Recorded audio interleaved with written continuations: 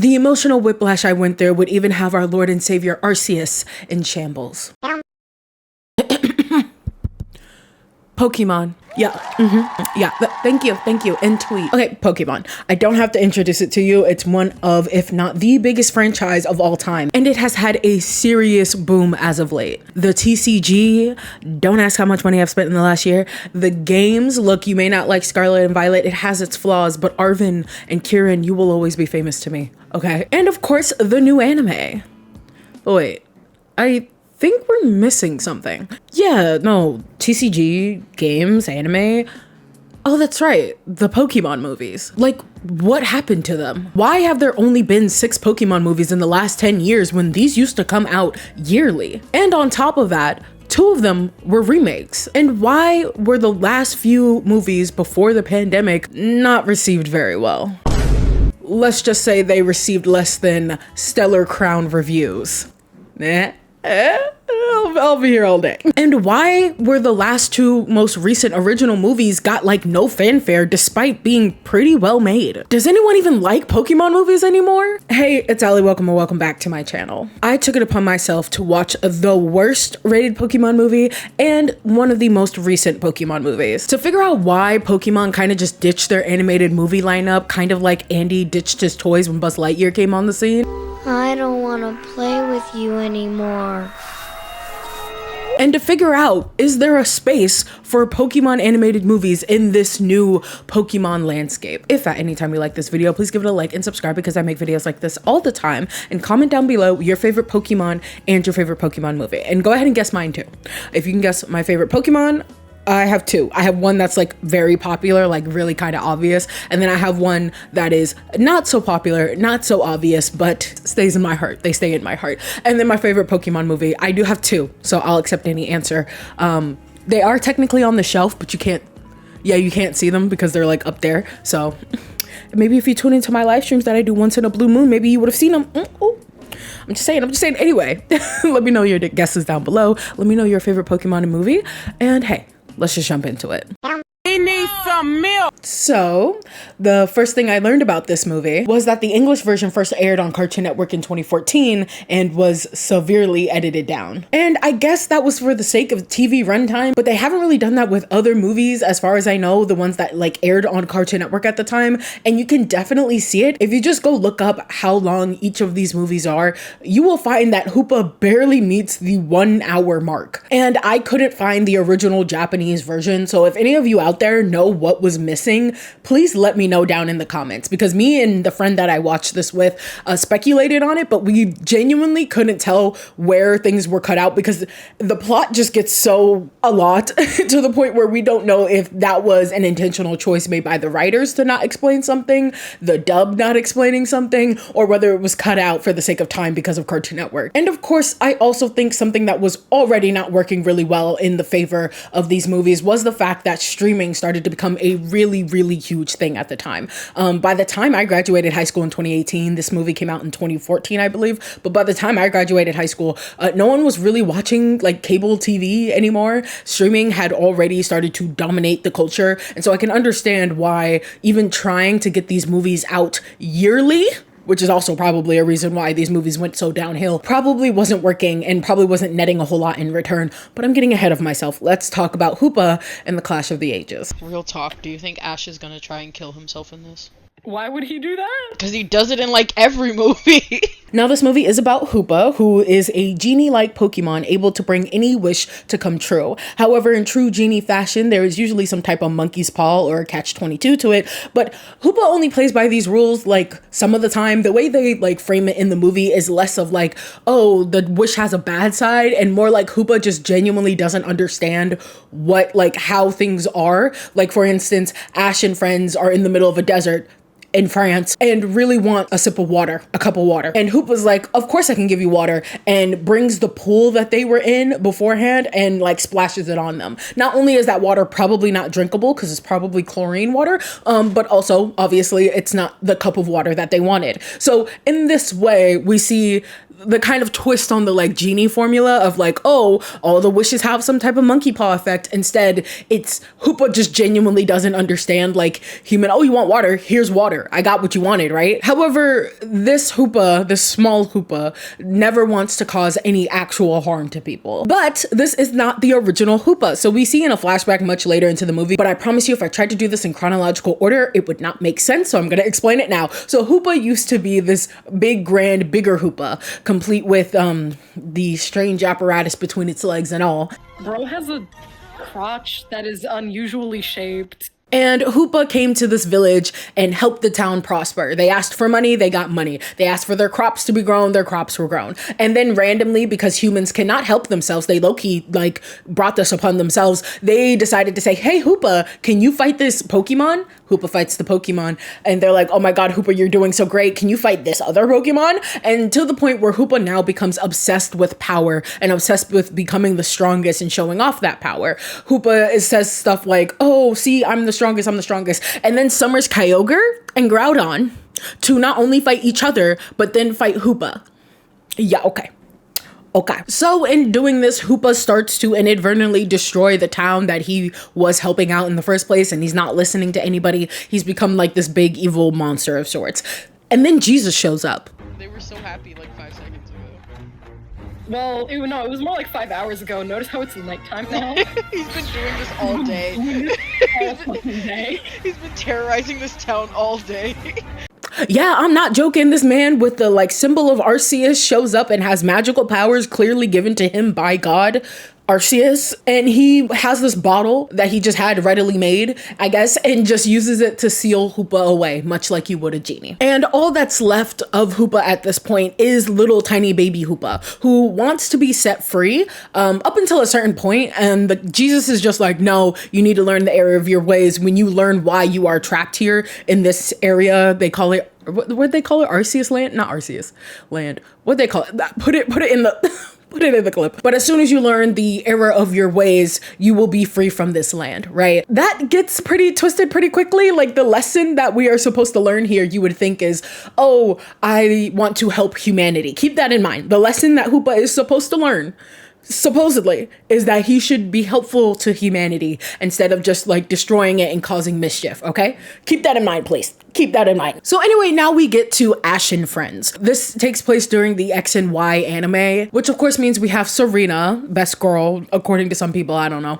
and the little child whose name I forget, Bonnie, that's her name, Bonnie, and of course we have Clement, much to my friend's chagrin.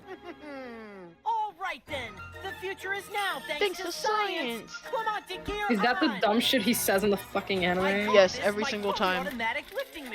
And you wonder why I don't like him. Take a look at this. I designed it to use the principles of the Pokemon move Magnet Rise.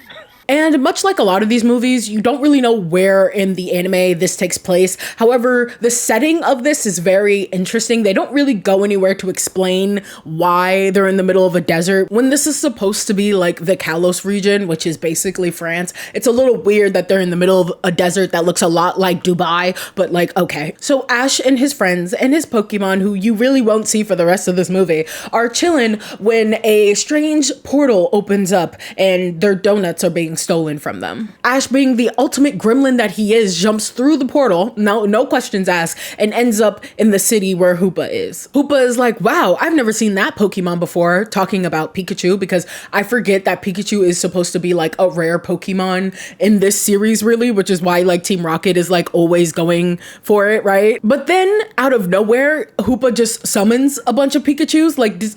Okay, the logic of Hoopa's powers don't really make sense. Does he have to know where these Pokemon are in order to summon them? Or is he just that broken and that OP that he can just summon? Because he will summon a bunch of legendaries later. Like that's a whole part of this thing, right? Is that he's summoning a bunch of legendaries to fight each other.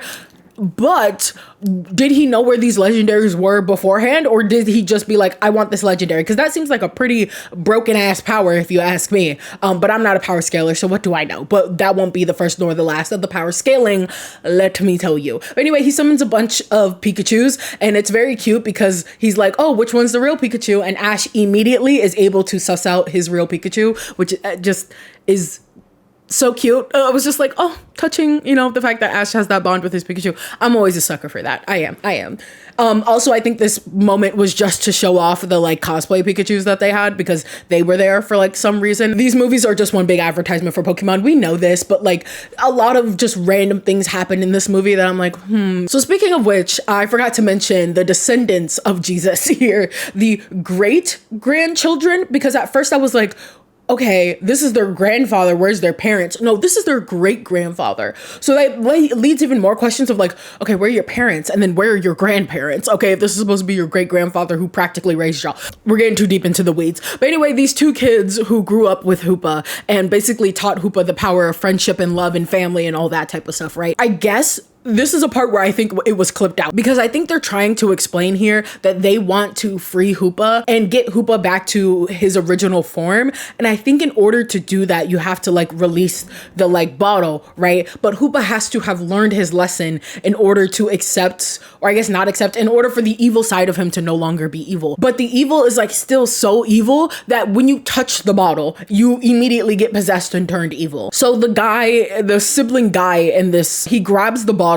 immediately gets possessed because there were no safeguards about this. He just grabs the bottle outright. I lied. At the very beginning of the movie, they show him grabbing the bottle. He did just touch it with his bare hands, but like he also has magic assumedly passed down from Jesus, so it's fine, I guess, right? And he comes back to like Hoopa and everybody, and he's evil. He sets evil Hoopa free. Evil Hoopa runs on a fucking rampage, and eventually they're able to get evil Hoopa back into the bottle. And they're like, wow, what the fuck was that? Again, I think some part was like kind of cut out here that was probably very much so needed, but we did have a long enough conversation about Arceus, considering that I guess nobody has ever really seen Arceus except for Ash apparently, which like weird continuity to keep. Out of all the continuity they just throw out the window always in these movies, to keep the continuity that Ash has seen God, I honestly, I love it. I do. So one aspect of every Pokemon movie, every Pokemon episode is of course Team Rocket. However, Team Rocket in this movie must have had a lot of shit cut, or maybe they just gave Team Rocket actually nothing to do in this movie because they do one thing in this movie and then fuck off for the rest of the movie. Team Rocket pretty much just opens the bottle again because they were like, ooh, shiny bottle. Meowth grabs it, immediately gets possessed, opens it again. This causing the bottle to break at this point because Hoopa's like, nope, we're done. Evil Hoopa said, no, we're done. And the bottle breaks, causing, I guess, what is now the second inciting incident of the movie, that they now need to go fix this bottle, which at this point you would just say, hey, maybe we need to find a new solution to this because the bottle is clearly not working, but okay. So at this point, Hoopa then summons every single legendary, I think up until this point, except for Regigigas. He was at the beginning of the movie, he was in the mural, and they just like forgot about him. He is not in this movie at all. I don't know, like I think that's another part that they just cut out because like he was in the beginning of the movie and there was a mural part where they showed like every legendary up until this point that very clearly is going to be in this movie, and Regigigas is there, but he's not in the movie. But anyway, so the A plot right now is the fact that every legendary has been summoned and is now being possessed by Hoopa. Again, what are these rules? Broken ass power system. How can Hoopa possess at one time almost every single legendary except for shiny Rayquaza? Don't know why he's shiny. And Latios and Latias. I don't know. I don't think they ever explain it. They're just the ones that do not get possessed. And so naturally they are fighting on Ash's side and taking Ash's every command like he's their Pokemon master. Especially Rayquaza. I don't think Rayquaza would take orders from anybody, but like, okay. And then the B plot of this movie is everybody else trying to fix the bottle. Now, they need a certain weird amount of like Pokemon and Pokemon types in order to do this. I think it's like ground, water, and something else. I forgot the third one, but it's weird because nobody has a ground type Pokemon at this point. So they just have to steal like a hippo from the like desert. I don't know why they did this, especially because no one has, like, you don't see any of Ash's Pokemon except for his Frogadier, which like I guess makes sense, but also his Frogadier, this is the only thing that like Ash's Frogadier, soon to be his, Greninja, the Green Ninja, right? Like this is the only time you see him, and this is the only thing he has going for him in this movie. I don't know. And they're just like using their powers to like send a beam to try and fix it.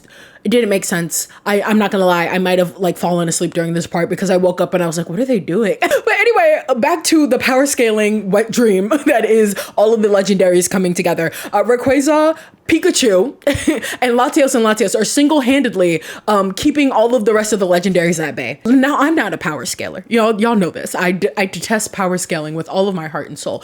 However, this does not make sense. I'm sorry. I love Rayquaza, and I love the fact that Rayquaza can take Groudon and Kyogre and Deoxys. I love that. However, there were like 5 other legendaries there, including the X and Y. No, not the X and Y, the black and white legendaries. X and Y legendaries, I guess, hadn't been released or announced in the anime at this point, so they're not there. But the fact that we're saying that like a shiny Rayquaza, granted, a shiny Mega Rayquaza which looks great, by the way, love that, and Latios also Mega evolved, I think, and then Pikachu. Okay, okay, yeah, sure. At this point, we're just rolling with it. Also, this like fun fact my friend gave me about the tornado move that Rayquaza uses. Oh, wait, Twister's not that good of a move in the actual games. Oh, no, I can't remember. It's like garbage. Yeah, it does 40 damage. So anyway, to wrap this up, they are successful in making the new bottle, and they are able to trap Hoopa once again in the bottle. However, like last time, the bottle is literally possessive to the touch. So as soon as you touch it, you're gonna get possessed. Ash grabs it because it was falling out of the air, and he gets possessed. Now, apparently, fun fact, I found out that apparently in the commercials, I hope I could find it, in the commercials for this movie, they were saying, like, showing that basically Ash getting possessed, and it was something that a lot of people were, like, looking forward to, like, evil Ash, and especially as a kid, I know I would have been obsessed with that. So to tease, like, oh, there's an evil Ash, and Ash gets possessed in this movie for all of, like, 5 seconds. I would be pissed off.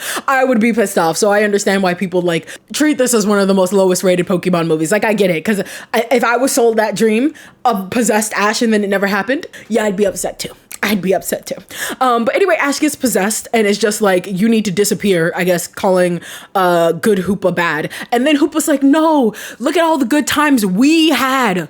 Hoopa had a great time. He got to grow up as a kid. Evil Hoopa was stuck in a bottle. These are not like, I know y'all are like one and the same, but trying to be like, we had such great times together, didn't we? Anyway, it works, I guess. So yeah, everything is good in the end. All of the legendaries stop being possessed, right? But I guess space and time, which is funny because Dialga and Palkia are right there. But I guess space and time was just like, oh, no, this ain't right. All of these legendaries in one spot. Yeah, this ain't right. So I guess to raise the stakes for like the last 2 seconds of this movie, this like portal thingy starts to like come in and is trying to erase the universe, which is hilarious because it's on the wrong side. Like, if you're trying to erase the anomaly that is happening in this world, I guess they're saying it's Hoopa, but like, really, shouldn't it be the legendaries that are not supposed to be in this universe? Because Hoopa is of this universe. He's of this planet. Did he do stuff wrong? Yes, but he's not the anomaly. The legendaries are the anomaly, so it should have been the other way around, but instead the like circle is encircling on all of the humans who evacuated to this point for some. Why did they evacuate there instead of out of the city? I will never know. I will literally never know. But anyway, so they're like, oh my god, we gotta leave. So Hoopa uses its rings to help people because it's learned that lesson, but it didn't say it learned that lesson. So okay, all the civilians go through the portal except for Hoopa. Oh, and I just wanted to say, because I totally forgot to mention, Hoopa cannot go through its own rings. That was the punishment laid upon him by Jesus, is that Hoopa cannot use his own rings, therefore he cannot leave this area. Right? So he has to learn whatever lesson he was supposed to learn in order to be able to go through his own rings. So Hoopa has to learn the lesson, right? What is the lesson that Hoopa learned? And he just says, I just want to be with all of you guys. I want to stay with all of you guys. Which is not the lesson. The lesson here is I want to use my powers to help people, right? But instead it's like, I just want to stay with you guys. I guess because at the very beginning he was like, I want to leave. But Hoopa has never shown throughout this entire time that he wants to leave. Like, as soon as he started growing up with the kids, like, he was happy to stay. He was happy to do things. Like, at no point was Hoopa like, I want to get out of here. I want to leave. That would have been a lot more interesting if it was like Hoopa is constantly causing mischief and constantly wanting to leave and not be here. But Hoopa almost immediately becomes good once the like Jesus guy shows him like, hey, this is what life could be. You could be helping people. He immediately is good. Like, he causes no trouble after that. So I don't see, there's like no conflict here other than evil Hoopa being evil, but like, okay. Anyway, Hoopa's able to do it at the end. It's fine. And Hoopa promises to like help rebuild the town, yada, yada, yada. And you know what? The most important thing is that a hippo got to see God today. And none of his friends are ever going to believe him. Oh, there's the hippo. so serious. Oh my god, I'm so serious. I converted to Christianity, Oh, there it actually. is. Oh, there he is. They just threw him out. It was so aggressive. So overall, this movie, I think, suffers from like the dub effect. As a person who grew up watching, dubbed versions of anime, in the US especially, was very censored, like very heavily censored. Like, don't watch my Sonic X like videos. I want to redo those videos, but if you do watch them, you'll find in those videos I talk about the heavily censoring things that are going on in the Sonic X show, because it was put on by 4Kids. And I guess Cartoon Network decided to do the same thing. Like in this case, it's not necessarily censoring so much as it is just heavy edits for like no reason. Like why? Usually every other movie is almost an hour and a half, but for some reason this movie is just a straight up hour, and it's because they cut out so much stuff. So the pacing was very, very weird, and it made for not the most entertaining movie. We did still have fun watching it, and I understand, like, if you're looking at all of the Pokemon movies, eventually something has to be at the bottom, and producing a movie every single year, it's gonna be something. One of them has to go, and it has to be this one at this point. Like, yeah, this movie was just not good. Also, I never mentioned the like weird 3D CGI that was used. Just the technology just wasn't there yet to like seamlessly put in the like 2D animated movie with like CGI, especially like with the Pokemon. Like, I think that the Pokemon should have stayed 2D and the 3D should have been maybe the effects or something. However, yeah, that tornado just did not look good. It didn't. I mean, like, other than that, the movie was just kind of like, like, it's okay. Knowing what Pokemon can produce, like, you came out the gate with, like, Pokemon 1999, like, Mewtwo Strikes Back, whatever the first movie was. Y'all know what I mean. Like, the first Pokemon movie was insane. And, like, to go from that to try and up any of that was just, I think especially with like the legendaries at this point, like X and Y, like pseudo legendaries and mythical Pokemon weren't really my cup of tea. Like I looked at the last like 3 movies. It's the Diancie movie, it's the Hoopa movie, and then there's like the legendary Rakion, whatever. Those are the 3 X and Y movies, and they're just not. Like, I did not like any of those mythical Pokemon. Even as a kid, I was just like, I don't really care for any of these Pokemon, like, at all. And so I think that was a part of it. This kind of, like, slow decline of, like, interest in Pokemon, like, lore-wise, I guess, and then also the anime, though a lot of people look back at the XY anime with a lot of fondness, especially if you like the battles. Check out this one video by this one guy. He calls Pikachu the son of Arceus, and it's hilarious. It's a hilarious video. You should watch it. But yeah, so even though it's looked back on fondly now, these movies did not age very well, and it's like pretty obvious why people just don't really talk about them that much when they talk about Pokemon movies. And also the fact that Regigigas was just not there. Where is my boy? Monkey movie. All right, now let's do a 6-year jump to the most recent Pokemon movie. The most recent Pokemon movie was Pokemon Secrets of the Jungle that came out in 2021. Now, before watching this movie, I'm not gonna lie, after watching The Legend of Hoopa, didn't have a lot of high hopes. Did not. It was not very well received. So this one being the last Pokemon movie surely probably wasn't that great. 2 hours later. Oh, that fucked. Pokemon Secrets of the Jungle is a Sword and Shield era movie that came out in 2021. It follows Coco, a boy raised by a Zarude in the jungle after having washed up along the river, and Ash, who was being raised by his Pikachu because Lord knows without Pikachu, Ash would be dead by now, and they meet and shenanigans ensue. Now, they don't really explain why Ash is here. There's no real connection to the anime because Pokemon Journeys at this point had started, so Ash being here was kind of like, does this take place before Journeys because Go is not here? But it was a little bit confusing, but I honestly kind of like that it was kind of very separated from the anime itself. Now, unlike some of y'all, I am not a hater of Pokemon Journeys. I actually really like Pokemon Journeys. I like Go. I like the stuff that they do. I think it's very cute to have kind of like less of like, oh, Ash has to go through battle. There is still that, but there's also like them working for like scientists. I think was really cute because it allows you to learn more about Pokemon than is just battle.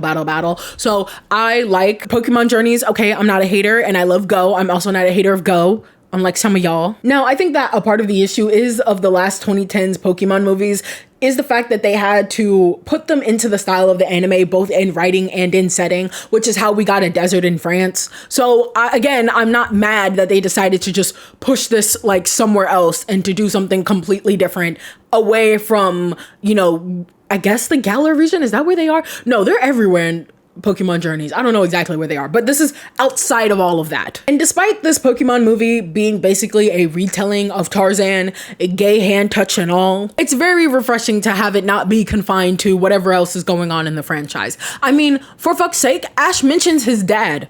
His dad. Once again, I am getting ahead of myself. This is Pokemon the movie, Secrets of the Jungle. As I said before, Koko is a boy who was raised by a Zarude. Said Zarude was kicked out of his tribe for wanting to fraternize with outsiders. Yeah, they have issues. They have a lot of issues. You know, because they are a cult, I mean family, who hoards, I mean protects the tree and the spring that allows any person or Pokemon who goes into there to be healed. Now, the Zarude tries to give the boy Koko back to the humans, but almost after letting the baby get hit by a car, he decides, you know what, maybe being a father isn't so bad. And we also get a really banger song for the intro. There's like 3 songs in this movie overall, and they're all bangers. The song kind of bangs, actually. I'm just shocked that it's in a Pokemon movie. So he's now a single dad, kicked out of his tribe, and honestly, Koko is probably about Ash's age at this point. And honestly, Koko is thriving. He's helping the Pokemon of the jungle, but he also knows about the spring and feels that like every Pokemon should be able to use it because Pokemon fight because they're animals and they love to fight. But they should be able to use the spring to heal themselves. It's helpful to everybody. And also him and his dad speak English. Why do they speak English? Hold that thought. Because Team Rocket is here. And you know what? They are directly involved with the plot this time. Love that. Everybody clap for our favorite boy and girl failures. And also please look at their journeys design. I love them so much. So the Zarude can heal things with his vines, which will come into play later, don't worry. And Koko is wondering, you know, when will my vines grow in? Basically admitting the fact that like the Zarude never told Koko that he is not a Zarude, that he is human. I don't know why he never told him. I genuinely do not know why. I guess like he didn't want him going out and finding out about himself, I guess, but like that immediately backfires, so okay. Also on a technical level, this movie looks great. I love the animation in Journeys, like period. So to take that and put that in like a movie style, like a longer, more budgeted like style is, it was so good. And then also of course the fight choreography. I actually really enjoyed watching the battles. They were very dynamic. They did a lot with camera angles in this movie. Oh, it was so good. Who knew all we needed to do was like go back to like fully 2D animated Pokemon at this point. So Koko has a "you're not my dad" type of moment and runs into a suspicious pipe that's running through their jungle and gets knocked out. Ash then saves him. And look, I know some of y'all might be sick of the environmental messaging of Pokemon, but considering the fact that that's what Pokemon has and always has been, I think it's great. And I think we should personally have more of it. I think I would say almost every single like Pokemon like story is some way about environmentalism or like taking care of animals in that way or something along those lines, right? And I think we need to come back to that. I think we need to come back to our roots, okay? Because we're losing the recipes, all right? Our earth is dying. I'm sorry. But anyway, I think it would be really cool if Pokemon put a lot more effort into that. Look, Pokemon Go got a lot of people, including myself, to get off our asses as kids. I think they can do it again. Ooh, Pokemon Company, you want to use your influence for good. Ooh. Anyway, here's a Tarzan Strangers Like Me moment. They said they can't do Strangers Like Me, so like we're gonna do this instead. And also a really cool moment here, we do find out that the Zarude and Koko were not speaking English. They were speaking like the Zarude language. And so Ash is trying to communicate with him and really can't because he doesn't know how to speak English. I thought that was a really, really cute moment and also a really good way to show like we can understand what he's saying like non-diegetically, but diegetically in the show, Ash cannot understand what he's saying when he's speaking to Zarude. Koko can also understand like other Pokemon as well. And also fun fact, so you know Pikachu is like calls Ash like a specific thing and he always calls Ash, I think it's like Pikapi or something like that. He always calls Ash that, but he's not calling Ash he's calling Ash Satoshi because that's his Japanese name. So even in English he is calling him Satoshi, and I don't know why I love that so much. So after having his little gay Tarzan moment with Ash, he realizes that he is human. He goes back to Zarude and goes, "You're not my dad," again, a second time. You're not my dad! You also hear something! Ugly ass! Wondering why he never told him about the fact that he wasn't human,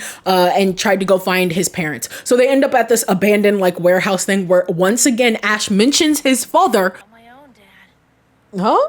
You have a father? My dad told me something I never forgot. The map to your goal Oh. is inside yourself. When did your dad say that? And I don't know why he mentioned his father in this moment. I guess to relate to the fact that like Coco has a dad and not a mom, but it would have just made more sense for him to be like, yeah, my mom and I fight all the time, because that's literally what happens at the beginning of the movie. Like at the beginning of the movie, Ash's mom is literally like, it's my job to worry over you. That's what a parent does, which is like very obviously like the through line of the movie. So I don't know why Ash brings up his dad. Like we have some type of connection. Like I understand they just wanted to be like, Ash can relate because he also has a father. Does he? Like I think it would have been more impactful to be like, yeah, Ash's mom raised Ash on her own, and that is a lot more impactful because the Zarude also raised Coco on his own. And so that would, I don't know, that to me, that would have just been a lot more impactful than trying to be like, yeah, my dad talks to me all the time. Does he?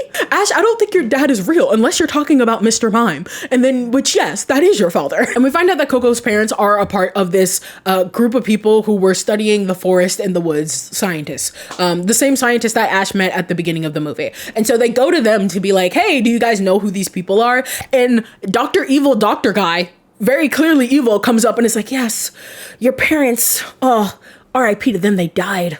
So sad. I very obviously did not kill them, but like, you know, so sad, Coco. I'm so sorry. And Team Rocket is there in the background, somehow infiltrated into this science group, and nobody bats an eye, which like great for them. I love that for them. You know, they came here to do one thing, and that's serve cunt. I just realized his name is Dr. Z, but because we are in the Galar region, his name is, it's pronounced Dr. Zed. I love that actually. But yeah, so Dr. Zed tells them that like, oh, your parents died in a mysterious car accident in the middle of the fucking woods. Sorry, Coco.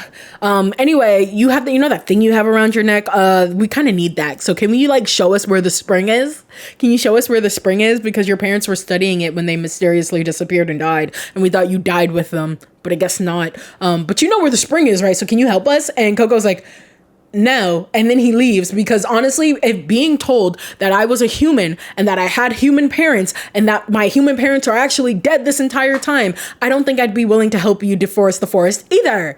But evil people will do what evil people do, and he put a tracking device on Coco and ended up finding it anyway. But as I always say, never trust a bitch with a rat tail and some glasses. Dr. Zed left a tracking device on Coco and just followed him to where the spring was. And the scientists, for some reason, are okay with this. Of course, until they start to like deforest the forest. And then old girl has the nerve to say, It's a Pokemon! It's going to attack us! You must stay inside! Why are they attacking? How should I know? you're not really asking that I question. wonder. You're actively deforesting the forest. You're like, I wonder why the Pokemon are mad. Like, yes, girl, you destroy someone's home, they're gonna be mad. And then Dr. Zed, in true even more evil fashion, decides to shoot the tree with an anchor, almost destroying the tree, because what really is happening is the spring water itself is not magical. There's something magical within the tree that is causing the spring water that flows through it to be magical and have magical healing powers. Also, I forgot to mention Celebi is the guardian of this forest. So it's pretty like, I don't know if that is supposed to be Celebi itself inside of the tree or just Celebi's essence, I guess, inside of that tree, but it's very clear that like it's Celebi, the powers of the forest is Celebi. So while the scientists are having, are we the bad guys type of moment, Team Rocket, the only one out here with a moral backbone, which is kind of crazy to say, end up freeing Ash and Coco, who were captured, in an attempt to also get a key card that they were trying to get into the doctor's like private area beforehand. And so with this key card, now Team Rocket is able to go into Dr. Zed's office and find out, because he recorded it for some reason on camera, he says that he killed Coco's parents. Because Coco's parents realized that yes, the spring is helpful, but also we don't want to disrupt the like nature and the home of these Pokemon. So we'll figure out a different way to do it. It just won't happen right now. And he's just like, no, we can do this right here and right now. We just should go in there. Who cares about the Pokemon? Okay, we could help millions of people with this, which like, yes, but also you didn't even like slightly think that there could be a possible ethical way to do that. No. No, he's just like, I don't give a shit. And so he then runs Coco's family off the road. Like, he just chases them down Grand Theft Auto style. On screen, by the way, all of this is on screen. This is crazy for a Pokemon movie. Runs them off the road. Their car explodes. They're literally dying. And they ship Coco down the river so that he will live.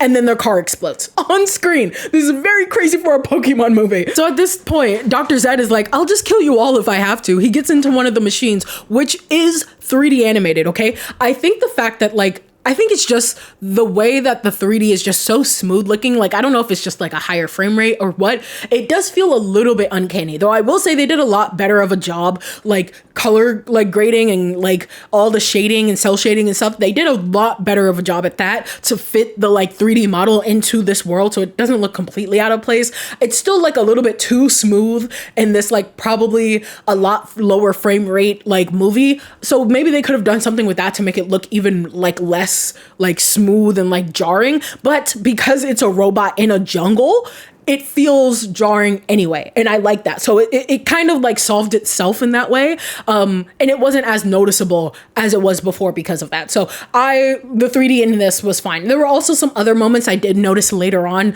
after rewatching that do have like 3D components. Namely, I noticed like people in the background, and I think the way to like show that these people in the background aren't just complete 3D models is either have them standing still or doing very minimal movement, because the second that those people are moving at a different frame rate than the people in the front, it just feels weird. But again, they did a lot better of a job this time. So the Daddy Zarude almost dies because he has his little All Might moment trying to fight the like robot itself. And they try to take him to the river to get healed, but the river is not really working right now because plot reasons. So Coco decides that I'm gonna heal you myself, but everyone's like, Coco, you're a human, you don't have those powers. But I think this is very, very cool. If you just believe hard enough, I know that sounds crazy, but genuinely, if you believe hard enough and you have like the forest with you and in you, you can heal. So I think that's a really good moment to say that like Coco may not be like a Zarude, but he is part of the forest, and the forest accepts Coco. Basically, Celebi accepts Coco as part of the forest and a part of this forest ecosystem. So therefore, he is also able to heal. And also, like they say in this, what I think is really good, that pretty much everybody in the forest has the ability to do that if they just try. And I love that. I love that because the Zarude at this point have been very like walled off and like very secular, like they don't want to fuck with anybody. And because of that, they've been kind of hoarding this spring to themselves. And so they've also kind of lost the way that they could like do this. And so it's kind of like a learning moment for them as well. Guess who's here? Come here, mama. Who's here? Hello? No, see, say hi. Say hi, mama. Okay. She's so over me. So everyone takes down the big giant robot thing in a really cool moment where it's like all of the Pokemon of the forest come together to help Pikachu like reach the like back of the thing on a robot. Very poor design on their part. Why would you put the control panel on the back of the robot? Why does it need to be on the outside of the robot? I don't know, girl. I don't know. Either way, they do it. It looks really cool. Again, the whole messing with the camera angles, it looked really nice. And of course, the day is saved. And because Team Rocket are those bitches, they turn in the evidence because this man again recorded himself admitting to murder. Okay. They turn in that evidence to the police and then he gets arrested. I sure hope so. He committed murder of 2 people, like an attempted murder of a child. Okay. So Coco decides he wants to go on his own Pokemon journey as he is now of 2 worlds, one of Pokemon and one of humans, and he wants to use that special like ability he basically has to kind of bridge the gap between the two. And I had never wanted a Pokemon movie spinoff more so than I want this one. Like, it would have been cool, especially if Journeys hadn't come out yet, if he ended up being Ash's partner throughout like this time. Like, that connection is already there, and you know, again, no offense to Go, love him so much. Or it would have been cool if he just showed up at some point during the Pokemon Journeys anime. There was like 3 separate animes for Pokemon Journeys. I feel like he could have showed up in one of them and it would have been really cool. And of course, people would have been like, who's that? And you could have went and watched the movie and you would have watched a cool movie. The cross promotion was there. I don't know why we didn't do it. Or maybe they did and I just like missed it, but I'm pretty sure they didn't. I'll fact check that. What? Men would rather shove their sons away than be like, you know what? I love and support you. Literally. Now, Shiny Celebi shows up at the end to be like, hey guys, I'm here. I'm here. Again, I don't know why Celebi is shiny. Again, if anybody knows why specifically they are choosing shiny Pokemon in this. They also did that in like the Pokemon Horizons anime, like shiny Rayquaza. Like, I know shiny Rayquaza looks cool. Like, admittedly, looks way fucking cooler to me than like the OG Rayquaza. I love Rayquaza though. One of my favorite Pokemon. That's not a hint. That is not one of the like Pokemon that are my favorite. That's like 3. Okay, we have my favorite, the second favorite, and then Rayquaza. Like right there. Actually, it's like Deoxys then Rayquaza, but that's another conversation for another day. And then there was never another Pokemon movie again. So like, what happened? I mean, by all account, this one, Detective Pikachu in 2019, and I heard even The Power of Us are really good movies. So if the last couple of movies were so highly regarded, why did they stop? Honestly, I think it's because these straight to TV/streaming movies are just probably more effort than they're worth. It's no secret that around the time the last X and Y movie came out, people were starting to feel Pokemon fatigue. Fast forward to Sword and Shield, a game in which I didn't even fully finish. And on top of that, the fact that these movies were straight to TV/streaming with little to any fanfare. On top of that, Cartoon Network was going through its own downfall, so it makes sense that they moved to streaming. A global pandemic strikes, and to top it all off, I think there was just a global lessening of hype for Pokemon. Like I said at the beginning of this video, Pokemon has had a huge resurgence in the last year, mainly in the TCG sector, and I don't care what you guys say, Scarlet Violet single-handedly got me back into Pokemon last year. These are like some of the best Pokemon NPCs and stories that we've gotten in a very long time. Go fight with a wall. And I only just started collecting Pokemon cards last year. Don't ask me how much I spent, but maybe I'll show you my collection one day so I can at least write it off on my taxes. But also it just seems like with all the effort Pokemon has been putting into a lot of different stuff lately, that maybe they might be gearing up for something new this year. And listen, if you're a deep Pokemon fan, then you already know that it's not like the animation has slowed down at all when it comes to Pokemon. We have the new Pokemon anime, which, like, despite a lot of people in the beginning hating it because Ash is not in it, you should read the Google reviews for Pokemon Horizon sometimes. It's kind of crazy, actually. Girls only do one thing, or a couple of things. They go to school and they care about fashion. And then also trying to say that there's no battles in the, like, they did not watch past the first episode because Lilo, whatever her name is, Liko, that's her name. She's only in school for like 1 episode because the inciting incident pulls her out of school. And then she's learning how to be a Pokemon trainer. Okay. But anyway, walk with me here, walk with me. So we know if you are a deep Pokemon fan, then you know that there are so many different shorts and bunch of different animation styles on the Pokemon YouTube channel. I actually implore you, if you've like needed that Pokemon animation itch for a while now, that's like outside of just the anime, I implore you to go look at the Pokemon, especially the Japanese Pokemon YouTube channel. Oh, it's like almost every single week they are putting out a new like little animated short. Even if it's just an ad for like Pokemon Home, they are such cute shorts and they domesticify. I don't know if that's a word, but the Pokemon act in really domestic ways that I think are very cute and not often looked upon that much in like the Pokemon world. So I love that a lot. So stick with me here. Imagine if they made like a larger anthology series, much like the Pokétunes, that is like maybe one story spanning across like a bunch of different animation styles that is just this one story being told. And again, Ash does not have to be in it. I'm sorry guys, love Ash, but he doesn't have to be in it. If they just introduce like a new Pokemon, like a new Eevee, they seem to be people seem to be speculating about, like a new Eevee or like a new legendary Pokemon or something like that, maybe for Gen 10 or even just Scarlet and Violet. There's still so much there that hasn't been explored or touched yet, especially with the whole Paradox Pokemon thing. Has not really been touched yet, like at all. I don't even think in the anime. But like imagine something to do with that in like many different animation styles. Like that'd be so cool. Like imagine a like Paradox Pokemon future that has a different art style than the past, that has a different art style than the present. That would have been so cool. And it can be a movie, it could be a show, it could be literally anything. I just think that like Pokemon has it, like the animation side of Pokemon is still going strong on the YouTube channel, but they do not like elevate it or promote it as much as I think they should be, or putting enough oomph into it. Like I really do miss these Pokemon movies, despite how some of them were received and despite how some of them have held up over the years.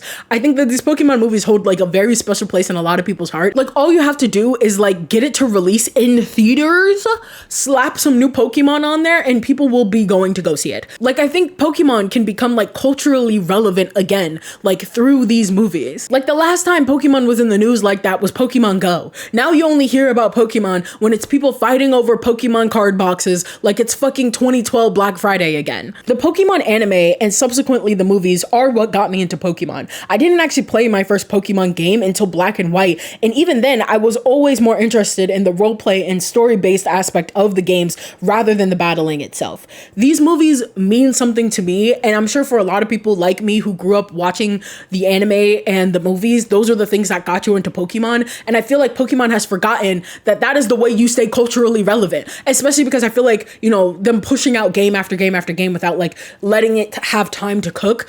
What should be getting people through that time should be like the anime and the movies. Like there should still be like big Pokemon events that we can look forward to that aren't just the games being pumped out every year, you know? And you know what? You guys also seem to readily agree. There were a little bit of mixed reviews on this poll that I put out on YouTube, but mostly people were saying that like, yeah, there's so much to do in the Pokemon world, so many different stories to tell that don't have to revolve around like just one character or one type of Pokemon, and there's just like a lot of potential there. But some people did say that they're kind of tired of the fact that there was a Pokemon movie every single year and they don't really care if it comes back. But for the most part, it seems like if it does, it would be cool if it was like something different and not just the same old we've been getting. These movies just really do mean something to me, and they're low-key becoming like lost media because nobody talks about them anymore. And yes, you can still buy them on iTunes and like things like that, but I wonder how long that will be supported before this like actually does become like lost media. So I hope that this video can like shed some light on some really cool Pokemon movies. If you haven't like gone and watched like The Power of Us or The Secrets of the Jungle, I implore you to go watch those movies. They're actually really good. And hopefully, you know, with this and maybe whatever Pokemon's got cooking in the oven, Pokemon, especially the movies, can have the comeback that they deserve. Thank you so much for watching all the way to the end. If you did, you are a real one. Did I just make this video because Pokemon Day is coming up and this is an aspect of my life that I like really want people to know about? Yes. Yes. I saw a comment the other day that was just like, damn, this girl in every fandom, and it was under my Poppy Playtime video, and I was like, yes, actually. Like, you don't understand. Like I've been in like almost not every fandom, but I've been in a lot of different fucking fandoms in my lifetime, and I still am in a lot of these fandoms. Pokemon is one of them. Like you can see all the like Pokemon stuff I have down here that I love so much, but like recently I've gotten like really back into Pokemon because of my friend, the one who I was watching the movies with. Shout out to Spirit. And now I'm like really back into Pokemon. So I needed to talk about it, especially Pokemon movies were such a big part of my childhood. It's what kept me coming back to Pokemon over and over again, and nobody is talking about them to the point where it feels like lost media. Like I know it's not yet, but it really feels like lost media, these Pokemon movies. I don't know why we haven't gotten like a new Detective Pikachu movie. That movie did gangbangers. I don't know why we haven't gotten a new one. Anyway, did you guess my favorite Pokemon? Number one, most popular, like not the most popular Pokemon, but like it's very easy to guess. It's Gengar. I feel like if you've watched this channel long enough, you should be able to guess it's Gengar. Second favorite Pokemon is actually Scrafty. Love Scrafty. That is my baby boy. I love him so much. Someone on Twitter like drew, I'll put it up. Someone drew like Scrafty and like Gengar next together. I was just like, those are my babies. I never see them together. I love them so much. Anyway, and my favorite Pokemon movies are, let me see if I can get them. Boom. Pokemon, The Rise of Darker Eye, and Destiny Deoxys. My favorite Pokemon movies. I love these a lot, and my friend actually gave these to me. I think he found them at the thrift store, so love that for me. But anyway, like I said, let me know how you feel about the current state of Pokemon. So yeah, maybe I'll talk about my Pokemon OCs and my Pokemon like OC team, or really what it is a self-insert team. I have lore. Oh guys, I have lore. Maybe one day on a live stream, I'll like talk about it. Maybe I'll do a little bit of drawing and I'll like tell you guys about my Pokemon OCs and my Pokemon team. I have so much deep lore for that you guys don't understand. And maybe one day I'll show you guys my Pokemon card collection so I can write it off on my taxes. Please send help. But anyway, thank you so much for watching. I will see you in the next episode. Love and peace.